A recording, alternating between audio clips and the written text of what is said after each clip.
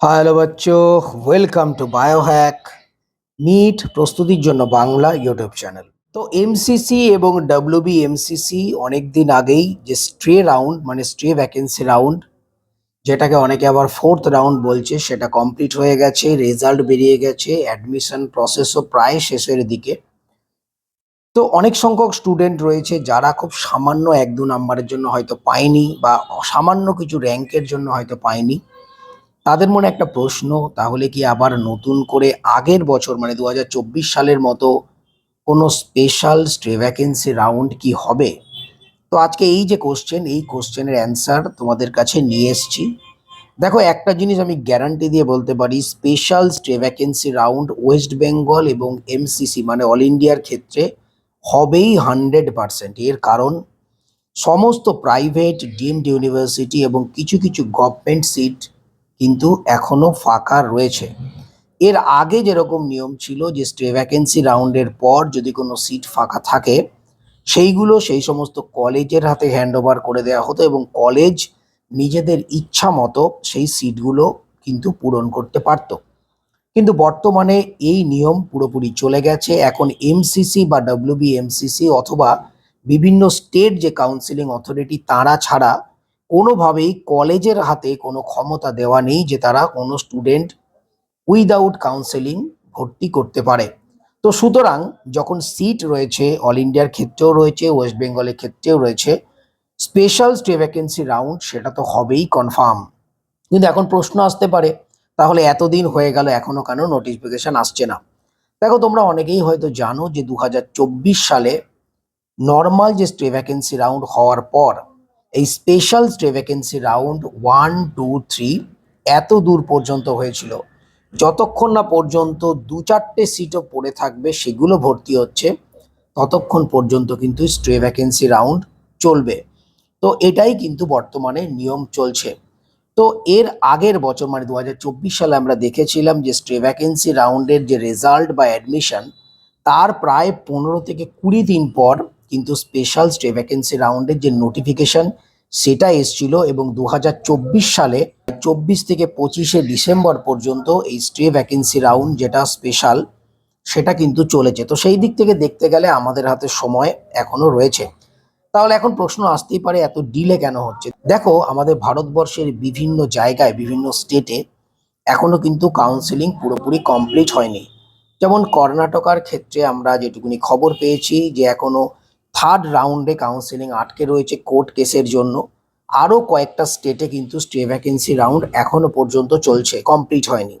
তো সেই সমস্তগুলো কমপ্লিট না হলে তো আর special stay vacancy round arrange করা যায় না।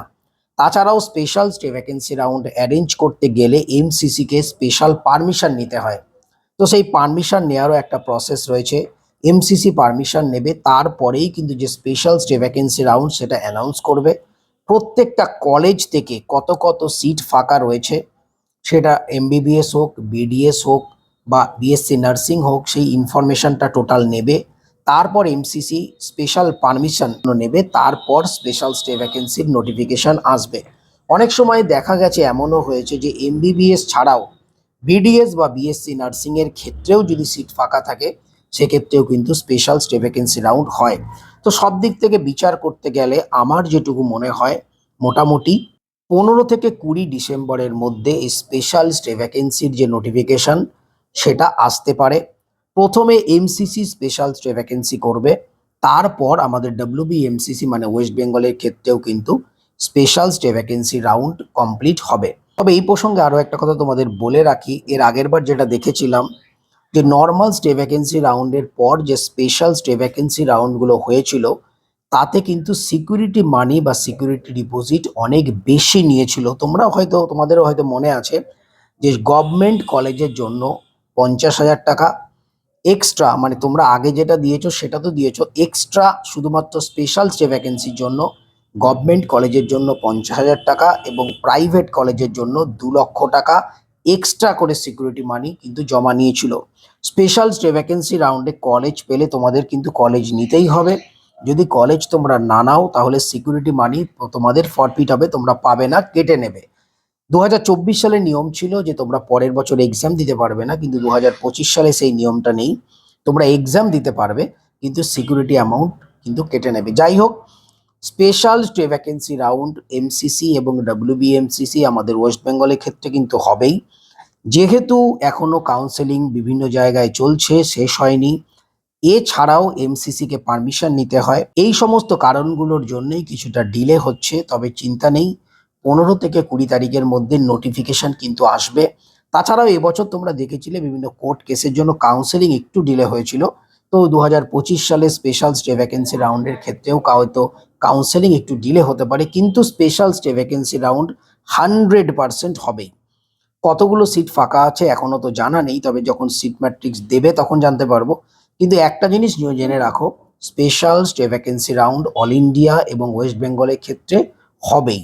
যখন নোটিফিকেশন আসবে তোমাদের আমি সবার প্রথমে জানিয়ে দেবো যে স্পেশাল স্টে ভ্যাকেন্সি রাউন্ড কিন্তু শুরু হচ্ছে।